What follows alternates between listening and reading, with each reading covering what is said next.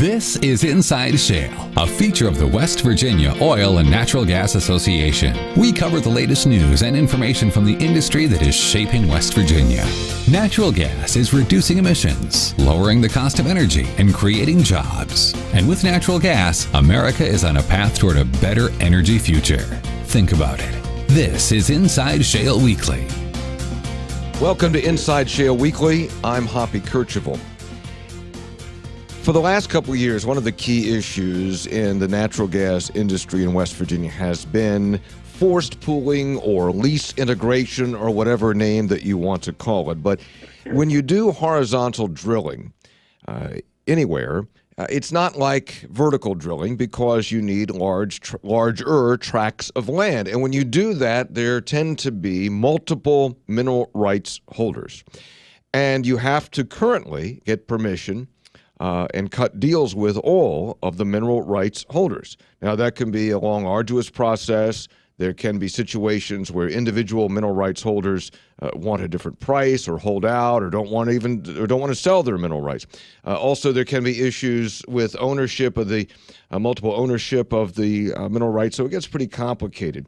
Right now, there is a rather difficult and arduous process that one can go through to get access to those mineral rights, and it's pretty difficult, frankly, for all involved. So what has happened is that there's been a proposal last couple of years for forced pooling or lease integration in West Virginia, and last year there was a bill that was worked on for some time, got very close to passing, but failed on the last night of the session on a tie vote in the House of Delegates. So they're going at it again, and once again, trying to pull it together is the chairman of the House Energy Committee, Delegate Woody Ireland, a Republican from Ritchie County. He's also co-chair of the Joint Standing Committee on Energy, and they once again have legislation to deal with forced pooling or lease integration.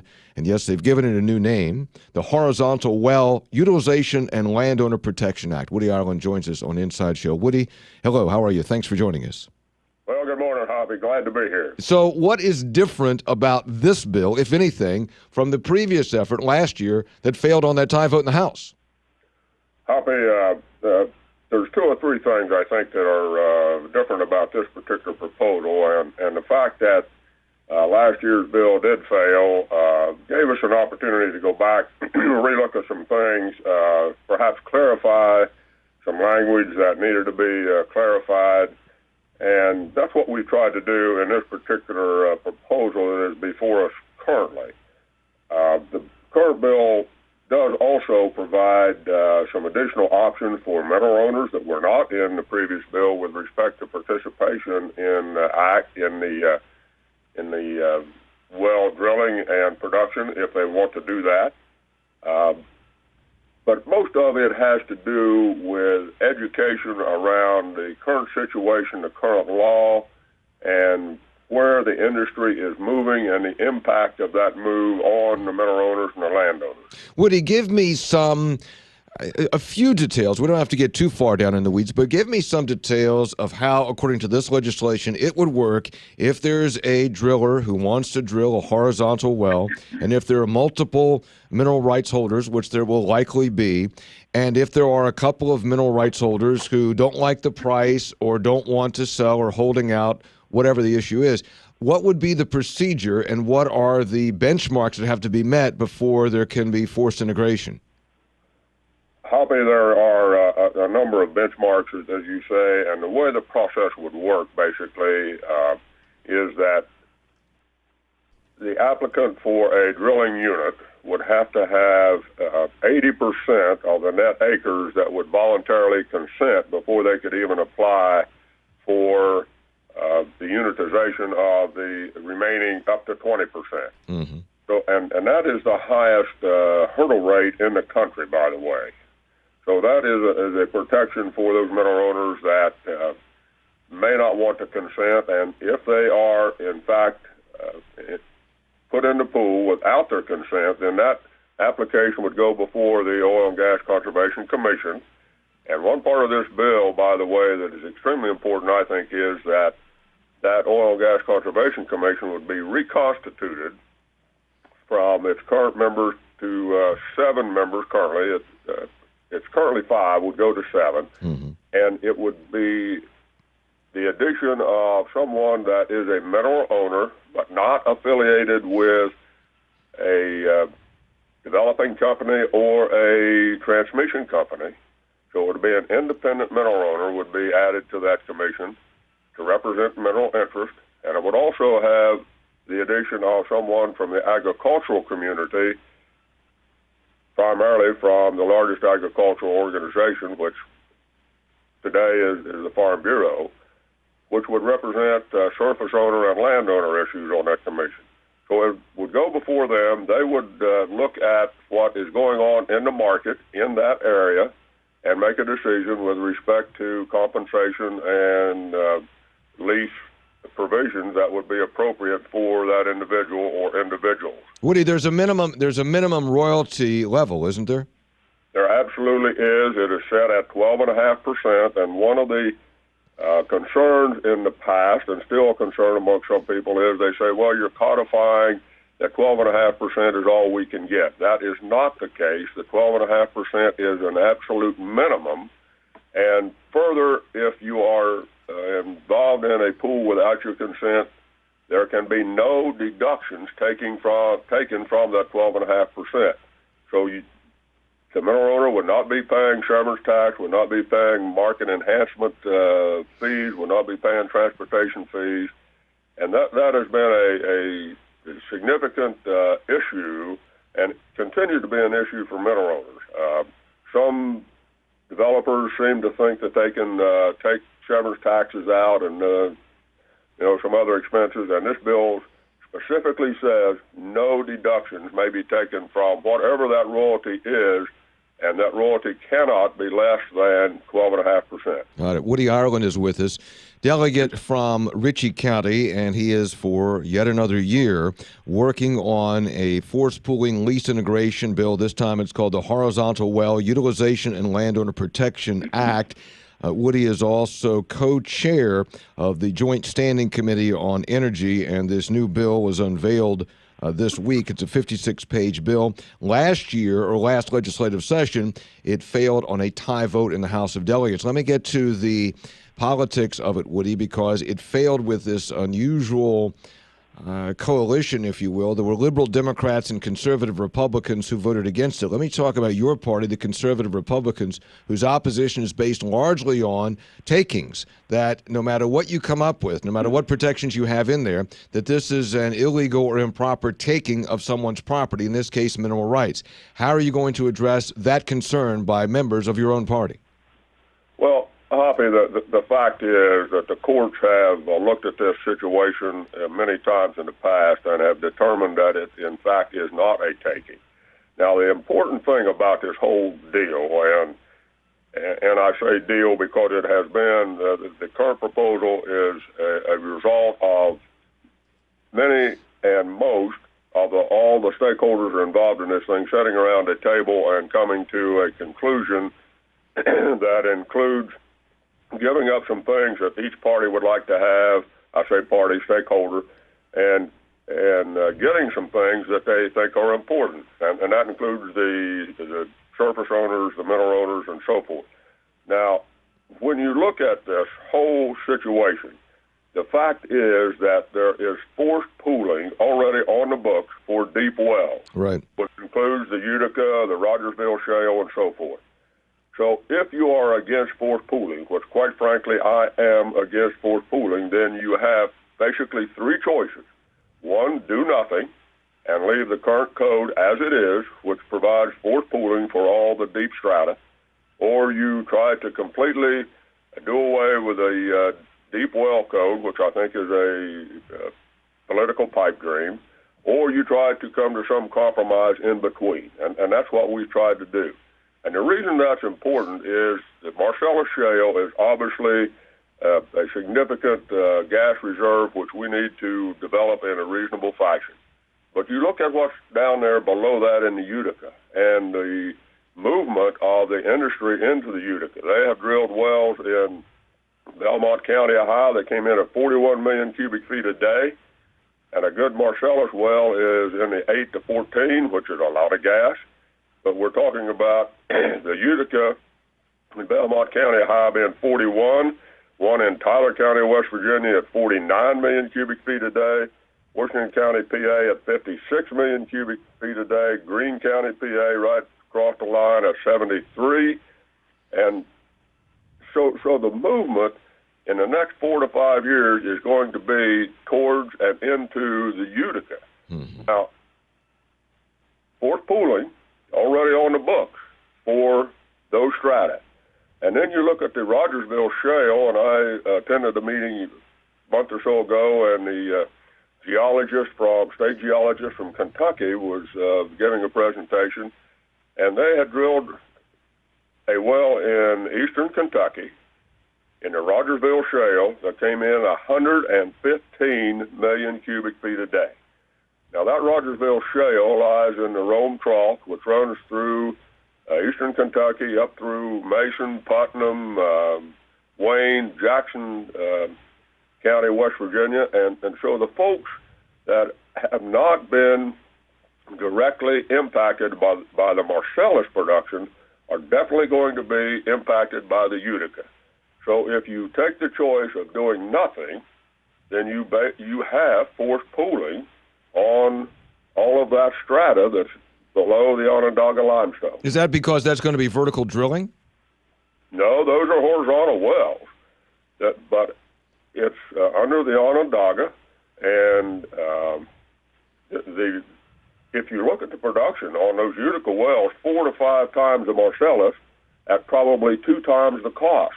So you don't need a bachelor or PhD in economics to figure out where the production is going to be in the future. So if we're going to look to the future, we better be doing something about that. And West Virginia is the number 2 energy-producing state in this nation. And this nation is the number 2 producing nation in the world. So we're sitting on an awful lot of energy, both coal and natural gas. And we already understand the importance of coal and the impact of not being able to develop the coal resources as we have in the past.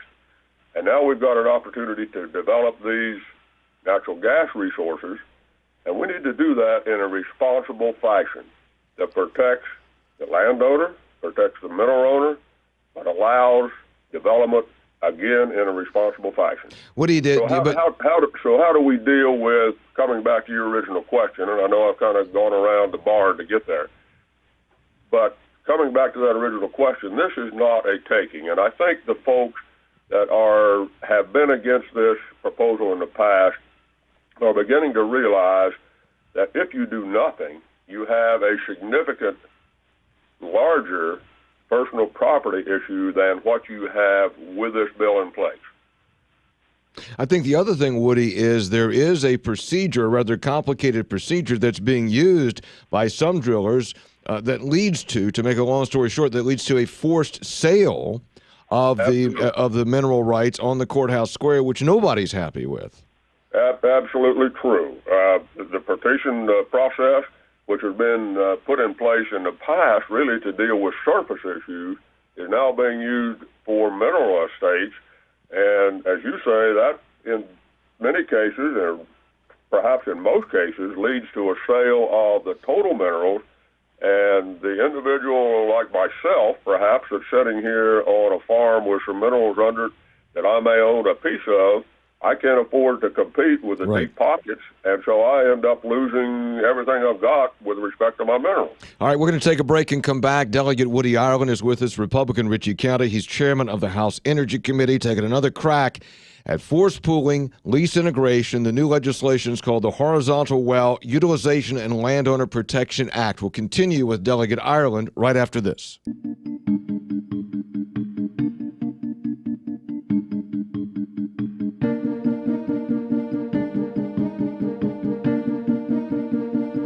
Every day, Americans commute to work. charge their phones, and do a number of things that require reliable energy. But how often do we take a moment to stop and consider where our energy comes from? One source of abundant American energy is natural gas. With natural gas, America is on a path toward a better energy future.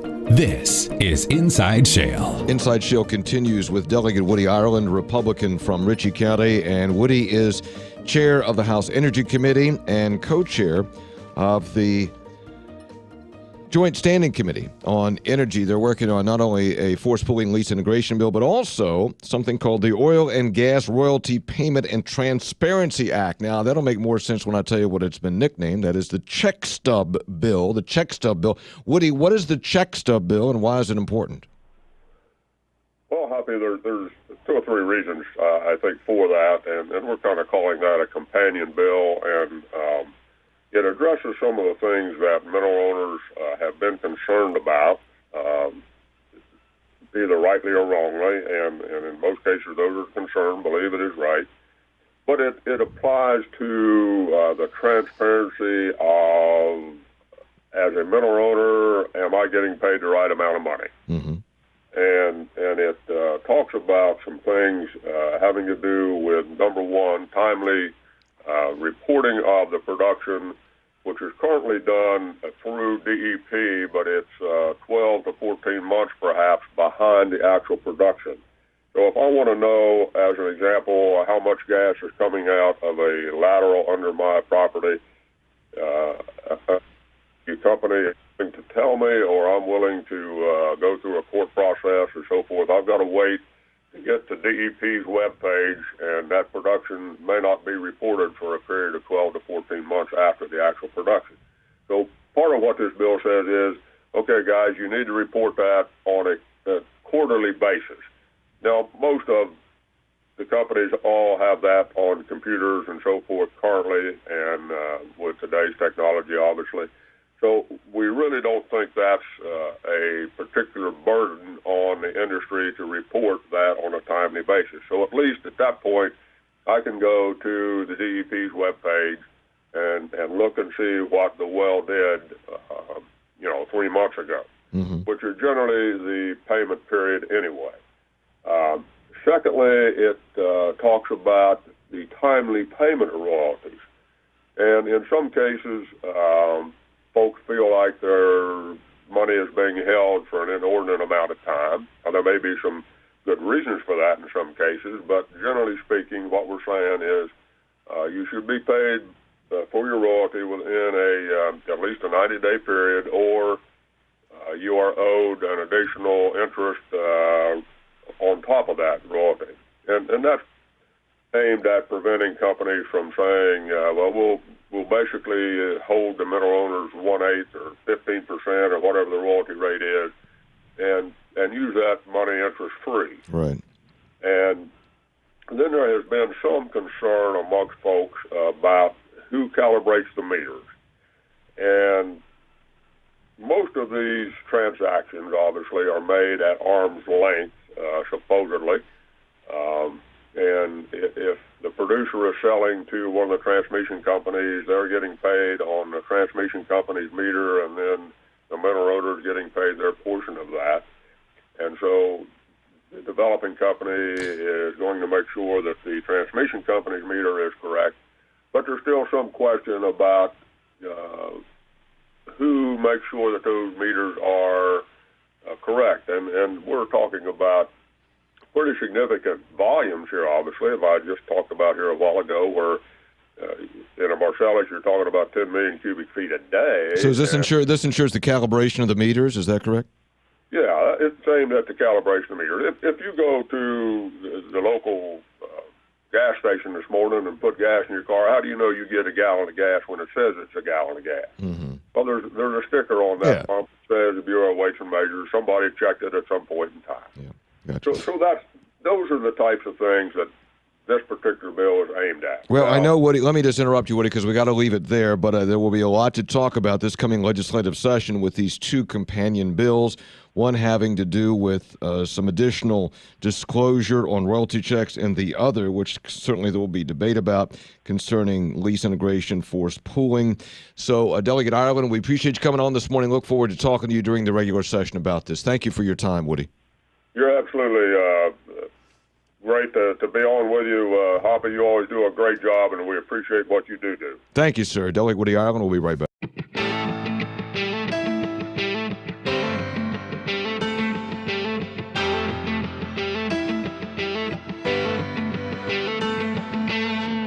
The country's top mines are using natural gas to cut costs, improve their carbon footprint. As the best and brightest turn to natural gas, we should all think about using more natural gas to meet our power generation demands. According to Penn State, the switch to natural gas was a big step toward cleaner and more sustainable energy sources. This is Inside Shale. Inside Shale continues. Columbia Pipeline Group, CPG, operates more than 15,700 miles of natural gas pipelines serving customers in more than 16 states, including West Virginia. Scott Castleman is with Columbia Pipeline Group and joins us on Inside Shale. Scott, good morning. Good to talk to you. How are you? Good morning, Hoppy. Thanks for having me. Sure. Let's talk about a couple of the projects that CPG is involved in. The Mountaineer Express Pipeline. What's the Mountaineer Express Pipeline? Sure. So Mountaineer Express Pipeline is approximately 165 miles of 36-inch pipeline traveling from Marshall County, West Virginia, to Cabell County, West Virginia. Along the line, there will be 3 new compressor stations that will allow us to move about 2.7 billion cubic feet of gas per day and be an investment of about $2 billion. Mm-hmm. Where is Columbia on the construction of that pipeline? So right now we're in the FERC pre-filing process, which is mainly an outreach process where we hosted open houses earlier this fall, and we have been meeting with legislators and local elected officials to educate them on the project and talk about all the details and get their feedback. Go ahead. I'm sorry. I was going to say we're looking at FERC application, filing our FERC application in April of 2016, which would allow us to begin construction hopefully fall of 2017. Mm-hmm. And completed by? Looking at in-service in fourth quarter of 2018. 2018. And so this would run sort of essentially along the Ohio River down to Cabell County?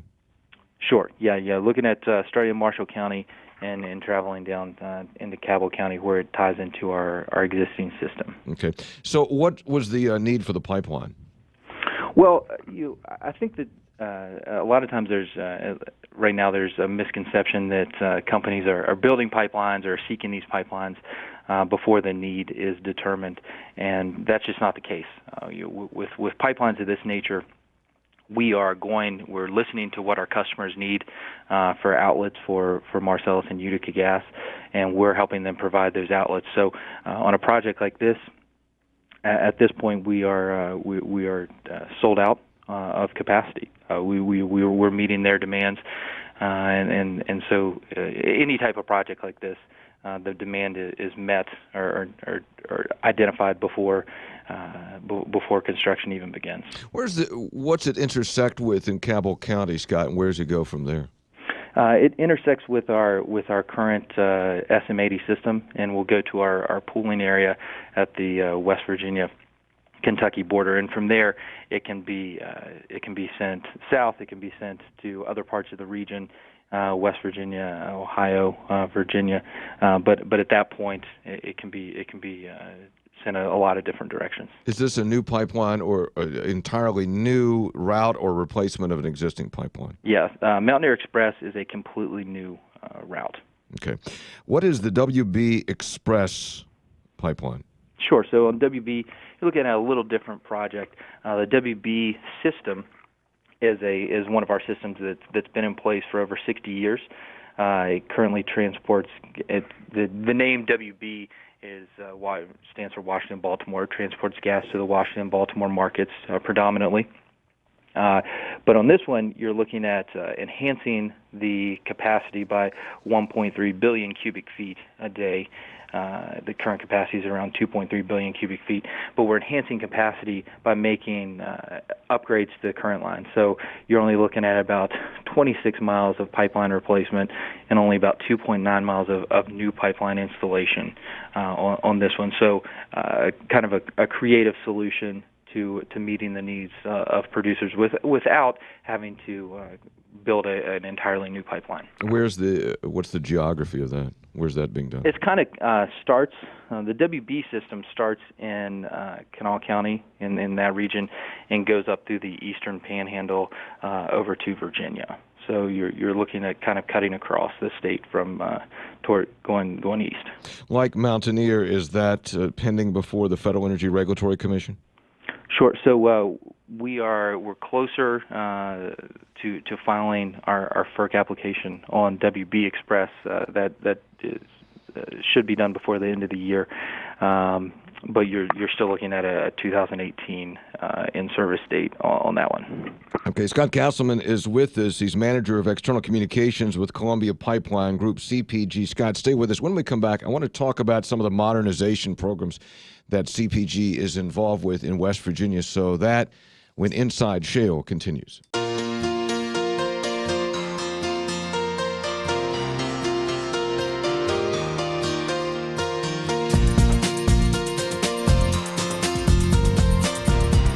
Schools in the Marcellus Shale region, such as Westmoreland County Community College, Pennsylvania College of Technology, West Virginia Northern Community College, Eastern Gateway Community College in Ohio, and Broome Community College in New York came together and formed Marcellus Shale Net, a recruitment, training, placement, and retention program for high-priority occupations in the natural gas industry. You're listening to Inside Shale. Inside Shale continues. We're talking with Scott Castleman, who's manager of external communications for Columbia Pipeline Group. And Columbia Pipeline is currently engaged in a modernization program to upgrade the pipelines in West Virginia and across its system. And there was a notable failure of a pipeline in 2012, December 2012. There was a gas pipeline that had been corroded.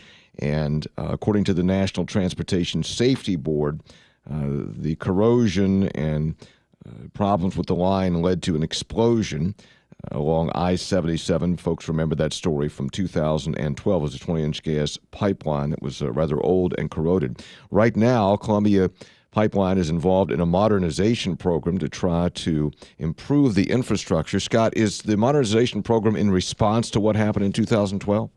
Well, I think that the modernization program as a whole is in response to taking care of all of the infrastructure that we have in the ground. So the growth projects get a lot of the headlines.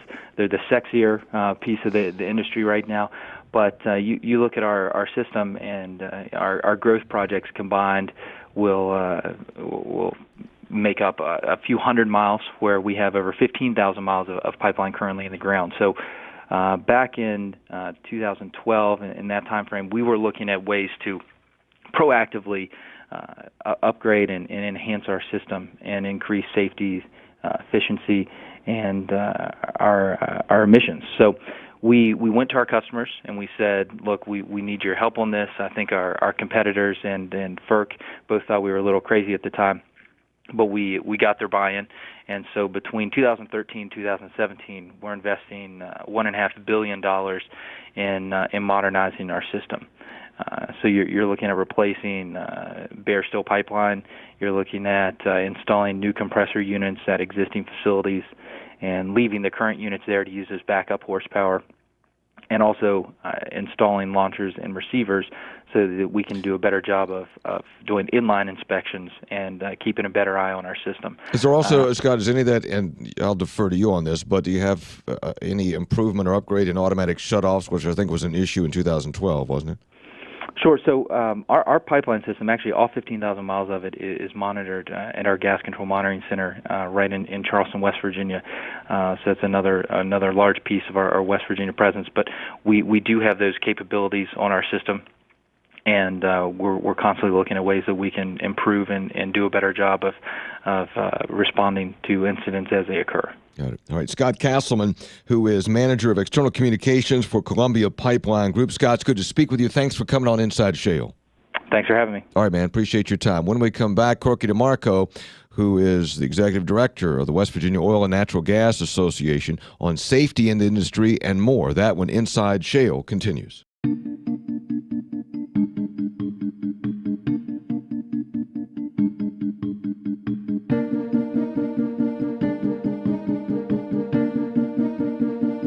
Every day, Americans commute to work, charge their phones, and do a number of things that require reliable energy. But how often do we take a moment to stop and consider where our energy comes from? One source of abundant American energy is natural gas. With natural gas, America is on a path toward a better energy future. This is Inside Shale. Final few minutes on Inside Shale, joined by Corky DeMarco, Executive Director of the West Virginia Oil and Natural Gas Association. Corky, thanks for joining us. I know you've been involved, I think, in a recent safety conference. Is that correct? Yes, Hoppy. We've been attending the Safety Commission meetings that the governor established at the last State of the State. What was foremost in the discussion there? Well, I think Hoppy, the state, and particularly the executive branch, wants to make sure that the oil and gas industry is participating in a general way that we are protecting not only workers but the public. So I think going through a lot of meetings, educating the administration on what exactly we're currently doing, and involving the commission involved the fire marshal, Office of Emergency Services, Department of Highways, DEP, PSC. So we talked about, and the governor will receive a report from the commission outlining steps moving forward. A couple of real significant things are there's suggesting the governor propose legislation to require all gas lines to be part of the 811 call before you dig program, and also that the oil and gas industry is part of the 15-minute requirement for notification to the emergency services folks if we've had an accident that has bodily injury and or a threat to the public, like the chemical plant requirement, right? Exactly. Yeah. Exactly. And as a representative of the industry, do you guys support that? Well, Hoppy, there are some issues with it. There's conflicting requirements that are in place by the Department of Environmental Protection. Their requirements are we mitigate and then we notify. Mm-hmm. And in a lot of cases, we are in very rural areas, may not have cell service, unlike a coal prep plant or a coal mine or a installation that manufactures something. We may not have landline coverage. So that's problematic, but I'm sure we can work through those things. All this this report's going to be a framework. I'm sure there'll be more discussion as we go forward. Mm-hmm. Corky DeMarco is with us, Executive Director of the West Virginia Oil and Natural Gas Association. What's the latest industry news? Any change in price of note? Unfortunately, Hoppy, it is in the tank right now. Continues to be. It continues to be. We're in the 225 to 230 to 215 range per MCF, and it appears, from everything I've been reading and talking to people, this is probably not going to change for a while. We just have too much supply and no outlets for our supply. Do you think that will change? We talked earlier about the pipeline. I mean, there's a lot of pipeline construction that's going on. There's pipeline upgrade that's going on. We just talked with Columbia about the couple of pipeline they're building from Marshall County to Huntington. We know about other pipelines under construction. The completion dates on those, 2017, 2018. When that's done, will that change anything on price, do you think, or production? I'm sure it will help, Hoppy, but I don't think we're ever going to see $5 and $6 gas prices again. You know, we're getting, as Delegate Ireland suggested to the listeners earlier, we're getting such huge volumes out of these shale formations. You know, they're producing in one day what a real good vertical well would produce in a year. So, you know, we need more manufacturing in the United States. We need to begin to export LNG to our friends around the world. All those things are going to help, but it's going to take some time to get these prices back up. Finally, Corky, does the West Virginia Oil and Natural Gas Association support the lease integration, force pooling, whatever term of art we're going to use in the upcoming session, legislation? Absolutely, Hoppy. I mean, that's the only way we're going to maximize what our resources are.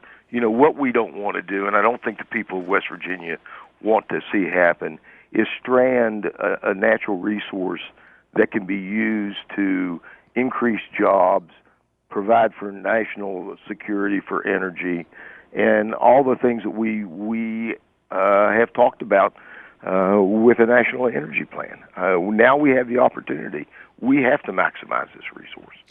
And it usually, as you know, being a veteran from under the Capitol Dome, it comes down to counting heads. Last session, it failed on a tie vote in the House with an odd coalition of conservative Republicans and liberal Democrats. Will you round up the extra votes?